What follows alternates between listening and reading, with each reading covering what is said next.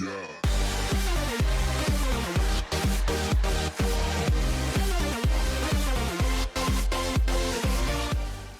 here, bring you another Boom Beach video. In today's video, guys, we're going to be talking about the best hero to use in operations. Just different kind of tactics and stuff that I've been seeing. Now that we've kind of had the heroes in our hands for a little bit, we're starting to see some new strategies come out, which is really cool and exciting. So, I also wanted to say that just yesterday, it was before the, I think it was before the little bug fix that they put in to fix the hero tokens. I actually got 4 tokens in my 4th chest, which I said in my last video that you should only get the 2 trader crates because after the first 2 that it seemed like it was fixed at 1 and 2. Maybe that's not the case, guys. I'm not 100% sure, but for as far as the trader tickets go, we're gonna get a lot of them as it is, so I don't think you really need to hoard all your trader tickets. Again, that's kind of up to you and how you feel the trader crates are going to be, because it's not 100% either way whether they are fixed at like 4-8, 1 and 2, or 4-8, and whatever it happens to be. So just wanted to throw that out there, guys. So let's talk a little bit about the heroes in operations. So obviously the heroes in operations, most people have been using Battle Lord or Sergeant Brick has been like the main choice. And I was playing around with Everspark this morning. I gemmed her to the point where I just unlocked her 3 abilities. I haven't upgraded her really at all yet. It was just those 3 times. But look, this is pretty cool. Of course, we all know this by now, but when she uses the universal remote, she can hack defenses and turn them against each other. But it also turns all the defenses against that one defense that she hacks, and they end up taking it out, which is really cool. And it comes in pretty handy on specific operation bases. So we'll go ahead and we'll do a live chicken attack right here on high 5. So this is really nice because there's certain bases that you'll get like this, where it's just like it's just like, it's not a hard attack. Not this one specifically, but you know what I mean. Bases that aren't difficult to attack, but they're just difficult because of the landing. So this is going to be a really nice kind of tactic to use to help with that. So basically, I don't know if you have to flare or not. I don't think you do if there's only the one defense that's close enough. But this is basically it. She hacks the rocket right here, turns it against the other ones. And then you see that all the defenses are going to start attacking this rocket and eventually take it out. Obviously, it helps when there's more defenses around it. Like if there's one boom cannon or something like that, then it would probably work a little better. Okay, so only do it when there's defenses that actually are around it that can take it out. So that was a bit of a chicken fail, guys. That was a bit of a chicken fail. But that's okay, because it doesn't really matter. For this attack, we can just kind of throw the girls down and then just walk them right to the back there, and we should be fine. It's high 5 and it's already been attacked once, so I mean, should be okay here, guys. But I don't know, I thought I haven't seen a lot about Everspark, especially in operation, so I wanted to just throw that out to you guys and just see what you thought of it. Of course, everyone's already aware of how that works, but it's just cool to see it coming into specific bases now. That, like I said, now that we've had the heroes in our hands for a while, it's just cool to see everyone coming up with these new strategies for certain bases where, like, Universal Remote comes in, maybe Iron Will come in somewhere, if there's, like, a really front-loaded base with a lot of shield gens or something like that. Big Mac, aka Mad Mac, going in on Tech Crunch. I forgot what hero he brought in with him. I assumed it was Sergeant Brick, so we'll see right here in a second. Or was it none at all? Yeah, on these long walks, that kind of seems to be, at least for now, until people like really figure out. Whoa, Macker, that was a close one.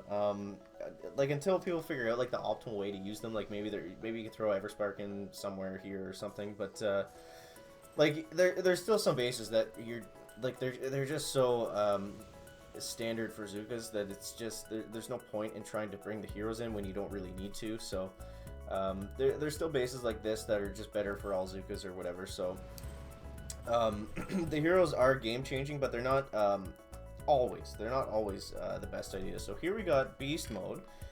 Big shout out to Beast Mode. I think he actually has a YouTube channel, so check that out if you have not already, guys. But we got Beast going in here with the Skookas, which is pretty interesting because I don't think I've seen Skooka with the battle orders just yet. Not that it's going to be insanely different, but holy jeez, what is he doing here? So he was just dancing with the Zukas right there. I guess he wanted to spend a little more GBE.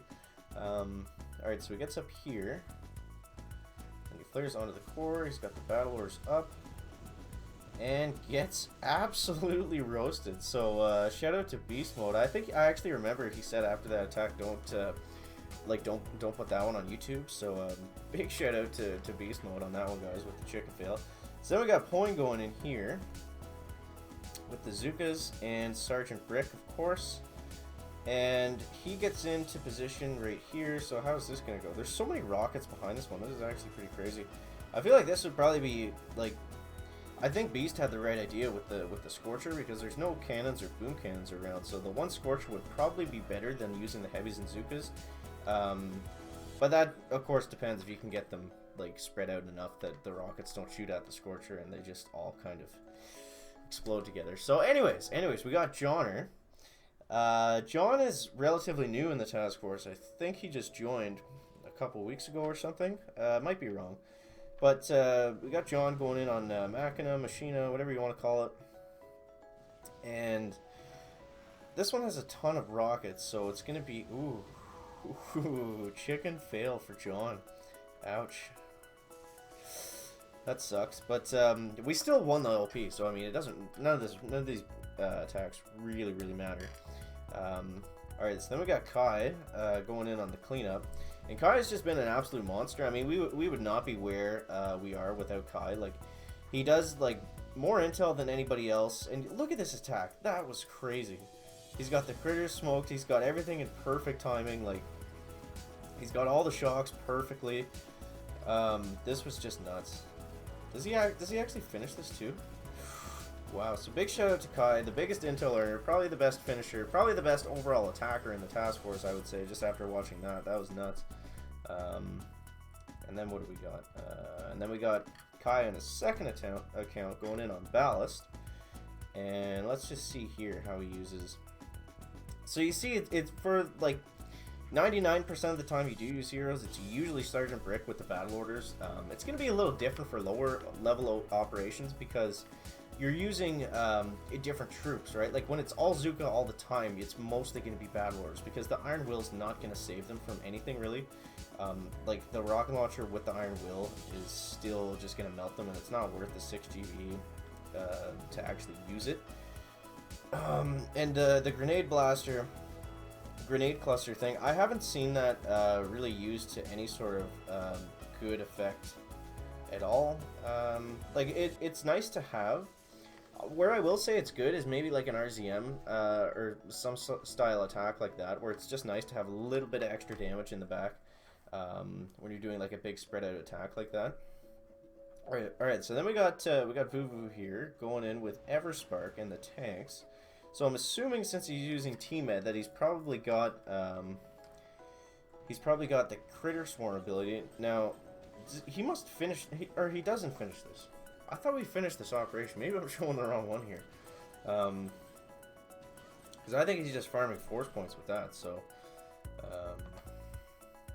oh wait, he did finish chicken. What are we doing here? Okay, so we'll put it in 4-speed here because we all know with Beardaholic driving the tanks that it can take a pretty long time. So we got Boo going in here, and let's just see what ability he's got up with Everspark. It looks like it is just the Critter Swarm. I don't really see her doing anything else, so he's basically just going to clear all this out and come around the left side, I guess. Pretty pretty interesting attack. Oh no, he's got the universal remote. Okay, I see. So this could be pretty interesting here, guys. Let's go ahead and play this in normal speed. Those medics are probably all going to die right there, I think. They're just going to get stuck in the medic party. So he saves, what was it, 1? He saves 1 medic with that smoke. We'll put it in 2-speed here, this is taking a while. And then we've got the tanks coming up here. Now it's going to be interesting to see how he uses the universal remote coming into this area. Does he have enough GBE left for it is the big question. It's probably not going to make that huge of a difference at this point in the raid either, because I mean, he's got those 2 medics that are probably going to just save his tanks right there. So I feel like the GB is going to be better spent on medkits, as we see right there, than it would be on using the universal remote to maybe take out. Oh, there we go. So I don't know. I guess it does work. Like, you just gotta play around with it and see the different strategies. Obviously, that he only used it twice because that cost a total of 24 GBE, I think. Because 6 and then 18, I think, for the next level. So, so yeah, that's where the chicken coop is at. We just recently hit. I think we've been pretty steady around. Okay, so we did hit the 140. So we're kind of hitting that point where it's like becoming a little bit of a grind. In terms of our operation, our force points. So we got Hammerhead up here, so let's go ahead and we'll try a heavy Zuka battle order on a player base before we wrap things up here, guys. Okay, so I kind of like this layout. What do we want to do here, chicken? We want to take out these boom mines, and then this guy here. And then actually, I think I'm going to take out those 3 mines on the beach if I can. Just to keep everybody kind of safe and tucked away in here. So we'll go ahead and we'll smoke down like this. And then we'll launch the Zukas out first, so they're right in the middle, protected by the walruses up front. And then we'll go ahead and smoke right up like this. Try to keep Brick and the heavies and everyone all in order. And then we'll do the classic chicken triangle, guys. We got a little bit of a gap right there, which is very scary with that laser. Flare back, flare forward. Careful laser, careful, careful. Throw down this. Spam the medkits, throw out the battle orders. There's lasers everywhere. Look at these 3 prototypes. And boom. Gold-winged Caesar goes down. Back. So, still having a lot of fun with the hero abilities, guys. You see all that ice there.